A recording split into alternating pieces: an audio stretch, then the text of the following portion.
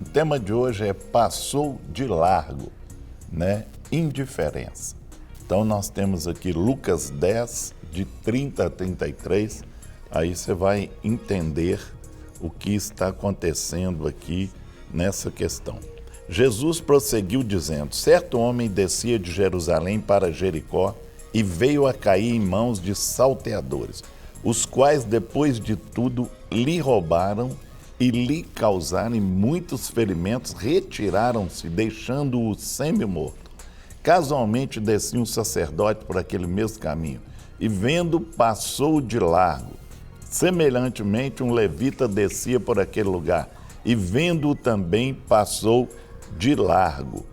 Certo samaritano que seguiu o seu caminho passou-lhe perto e, vendo, compadeceu-se dele. Então nós temos aqui dois que passaram de largo e um que compadeceu dele. Passou de largo ou ser indiferente. Este parece ser o comportamento comum dos nossos dias. Estamos tão preocupados e ocupados com as nossas próprias coisas que não temos tempo para nos importar ou até mesmo perceber as dificuldades dos outros.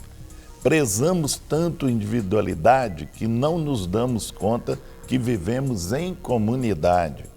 Respeitamos tantos outros que nem paramos para fazer qualquer pergunta com medo de sermos intrometidos ou mal interpretados. Mas será isso tudo verdade ou apenas desculpas? Podemos definir a indiferença, né, por outras 3 palavras, né? Mas antes disso, né, eu vou passar para o Rogerinho aqui, que nunca passou de largo, né? Tá sempre... Tá aqui do nosso lado, né? Para definir isso, né, Rogério? Amém, Guerra.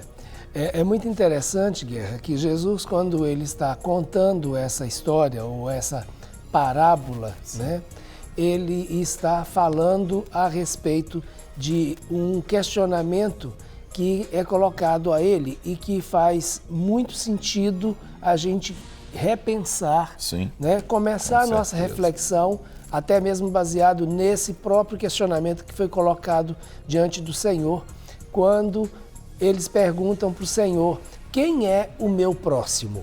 Não é? Então, o Senhor conta essa parábola, ou conta essa história, para dar um entendimento de quem seria realmente o próximo, ou quem deve ser o nosso próximo, né?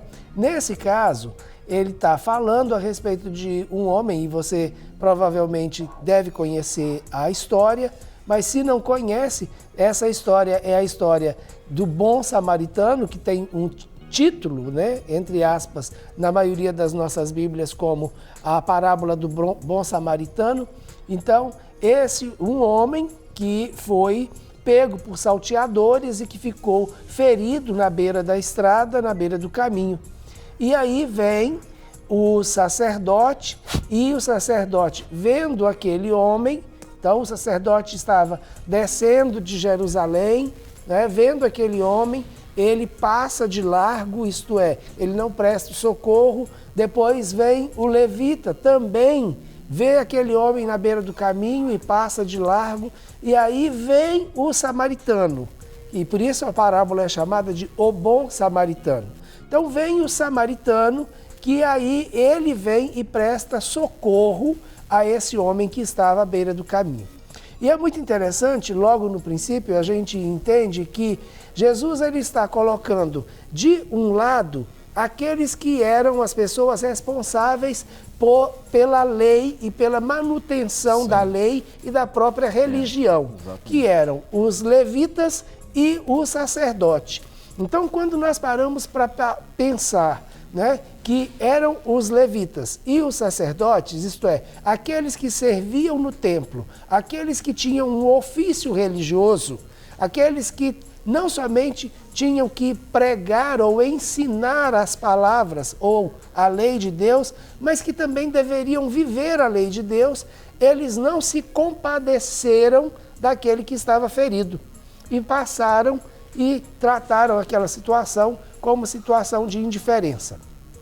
Claro que eles poderiam ter os seus motivos, não é? Mas eles não fizeram nada.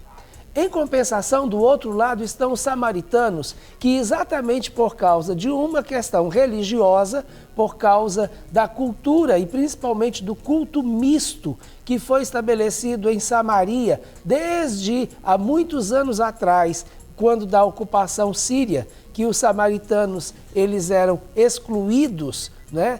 Então eles não faziam parte, não eram considerados como judeus propriamente ditos. E eram até né? amaldiçoados Sim, pelos judeus. eles eram rejeitados pelo contexto religioso. Sim. Não é? Então é exatamente esse homem que vê e que se compadece e que faz aquilo que o outro precisava que fosse feito. Então, aí, além de Jesus estar dizendo quem era o próximo, não é? Então, ele está também tratando de uma outra questão muito importante, que é a questão daquele que vive para a religião, em função da religião, isto é, aquele que se alimenta do templo e vive em função do templo e do ofício do sacerdócio, em comparação com outro homem que não tem nada a ver com isso, mas quem revela o amor de Deus realmente era aquele samaritano e não aquele religioso. Então esse é um contexto bem interessante que eu queria ressaltar antes mesmo da gente começar a tratar a questão da indiferença, que é o nosso foco hoje.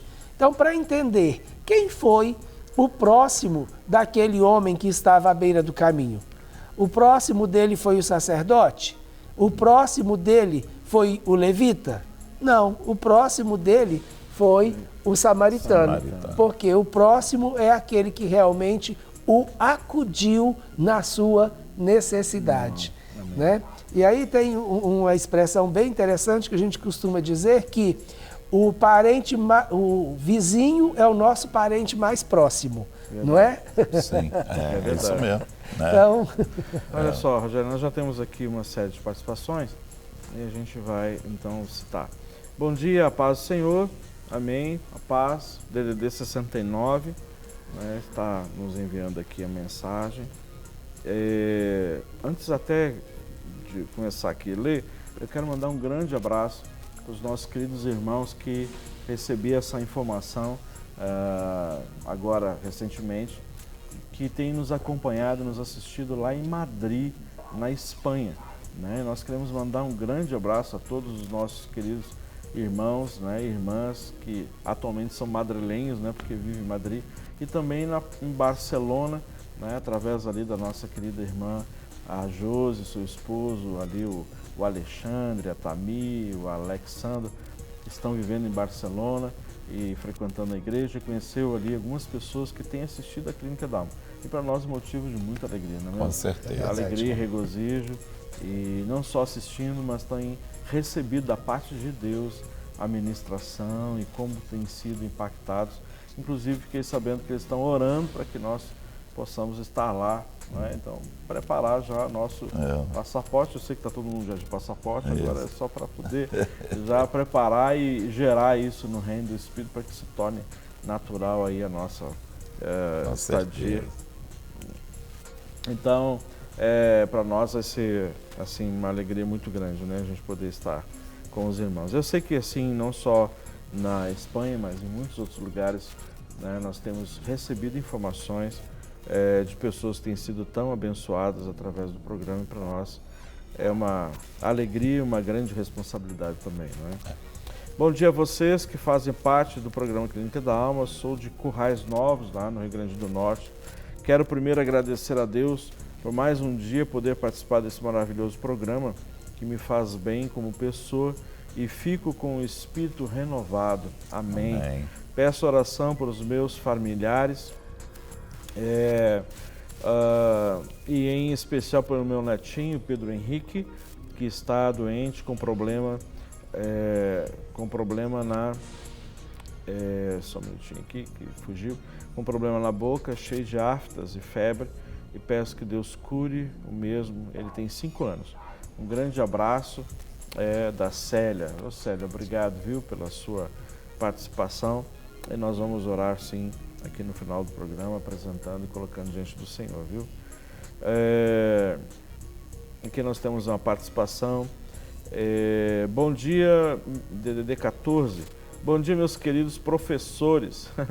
Que a paz de Cristo Jesus esteja com vocês. Amém. Bauru está ligado na rede Super na Clínica da Alma. Amém. Amém. Glória a Deus. Meus queridos irmãos, sei que o assunto está fora do contexto do programa, mas estou orando muito para que o Senhor abençoe um homem de Deus para abrir uma igreja batista da Lagoinha aqui em Bauru, em São Paulo. Amém? Continue orando, né? Deus tem aberto as portas, né? E muitos lugares estão sendo abertos às igrejas da Lagoinha e tem sido aí um momento de uma graça sobrenatural do Senhor nesse sentido, né? Assim como abriu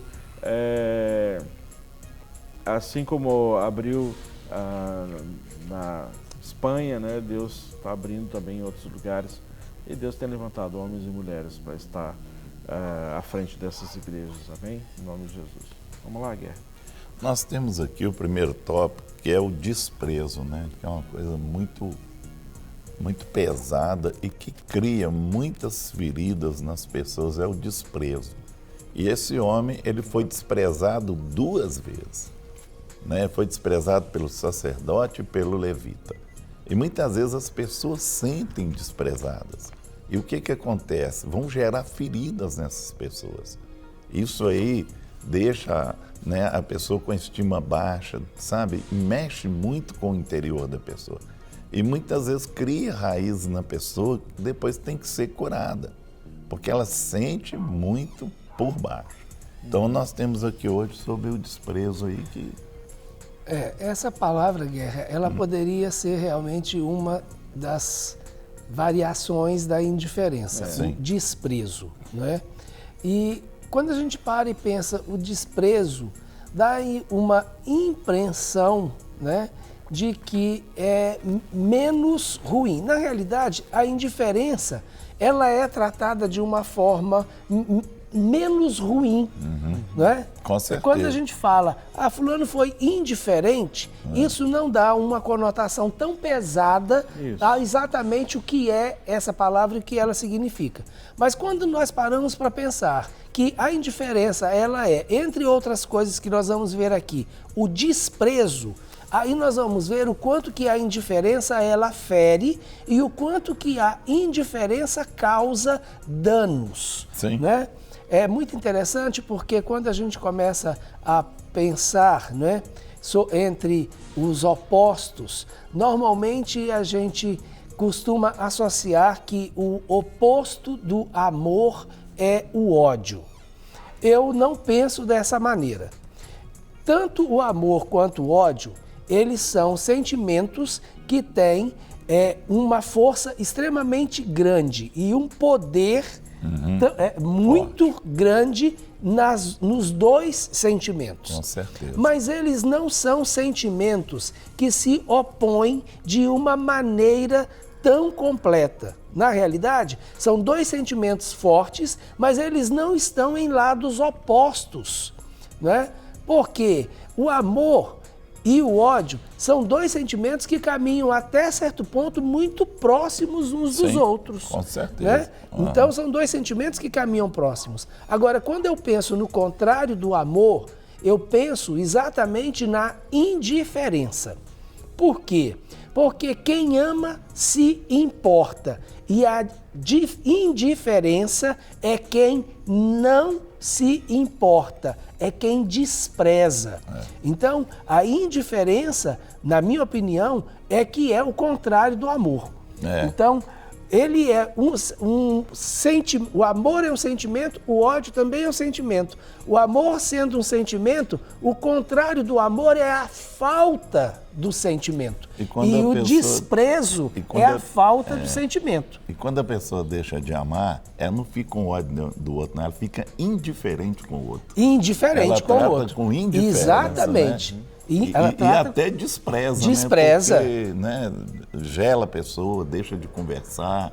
ignora. Exatamente. Não é? Então, o ódio é a pessoa canalizando toda aquela força do seu amor que não foi correspondido e foi, de alguma maneira, frustrado, não é? Isso. Em um revanchismo, em uma situação, mas que ainda tem como se reverter.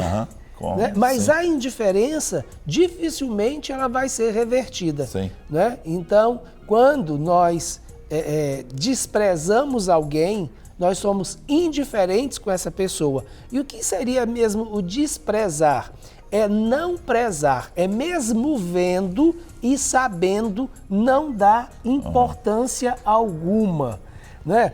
Uma coisa é você estar andando e passar por uma pessoa e na hora que cruzar, você ser tentado a ir para o outro lado da rua e passar na outra calçada porque não quer pisar naquela calçada com a mesma pessoa. Né? A outra coisa é você chegar e passar pela pessoa e brigar com ela. Aí a outra... Não é? Nesse caso, quando você para e briga, você se expressa, você vê a outra pessoa, nota a outra pessoa. Não há desprezo. Você pode não concordar com ela, mas você vai reagir a ela. Sim, não é? com certeza. Tem uma reação, um sinal de mesmo. vida. Agora, quando você finge que não vê, ou então passa para o outro lado para não ser visto ou fingir que não viu, não é? É aquela questão, é o passar de largo. Isso é desprezo e indiferença. E isso realmente é algo que corrói, né, toda e qualquer relação. Nossa, amém. DDD 33. Oi, irmãos, a paz do Senhor é a Sara de Águas Formosas. Viu? A Sara de Águas Formosas. Água Formosa já passou. Né? Já. Acompanho sempre o programa, que me ajuda muito. Vocês são uma bênção. Peço oração por minhas filhas que estão aí em BH para estudar. Oro para que elas voltem aos caminhos do Senhor. Obrigado e Deus continue abençoando muito vocês. Muito bem, muito obrigado. Temos uma outra aqui, participação, DDD 21. Pastores, gostaria de pedir oração pela minha família, que ontem enterrei a minha nora, que morreu no parto. Deixei meu netinho, que nasceu com 7 meses, ele foi para o Rio, que Deus possa fazer a vontade dele, nós estamos muito tristes. O nome dele é Rafael, desde já obrigado pelo carinho. É Helena de Teresópolis. Ok, Helena, em nome de Jesus vamos orar sim. A paz do Senhor, pastor, queria saber se alguém trair seu cônjuge, a pessoa traída tem direito de se separar dela ou não? É de Itanhomi, Lourdes e Adão. Olha só, minha irmã, a questão é que a gente precisa ter um conhecimento de causa maior para a gente poder, assim, dar uma resposta, não é? Então a Bíblia nos dá uma direção, a Bíblia nos instrui a respeito disso, mas a gente entende que a gente precisa entender todo o processo para a gente poder fazer uma avaliação e trazer uma resposta mais assim clara, direta sobre isso, tá? Então eu pediria assim, se você quiser, então envie um e-mail para a gente, um e-mail para a Clínica da Alma, e aí você pode colocar com mais detalhes a respeito disso. Existe um princípio, a palavra é muito clara a respeito de divórcio, novo casamento, mas a gente precisa assim ter um pouco mais de conhecimento de causa da situação, tá bom? Rogério, no geral, eu gostaria até de acrescentar que, de uma forma geral, o mais importante não é preocupar pelo direito de acabar a aliança ou o direito de divorciar ou não, exato, mas sim na disposição de restaurar o casamento e manter a aliança. Eu acho que mais importante do que o direito de divórcio é a intenção da manutenção da aliança, exato, e da restauração do casamento e da família. Acho que isso é mais importante. Esse é o propósito, esse é o principal. Para receber todas as novidades do canal, inscreva-se. E se curtir o vídeo, clique em gostei. Aproveite para acompanhar a Rede Super nas redes sociais.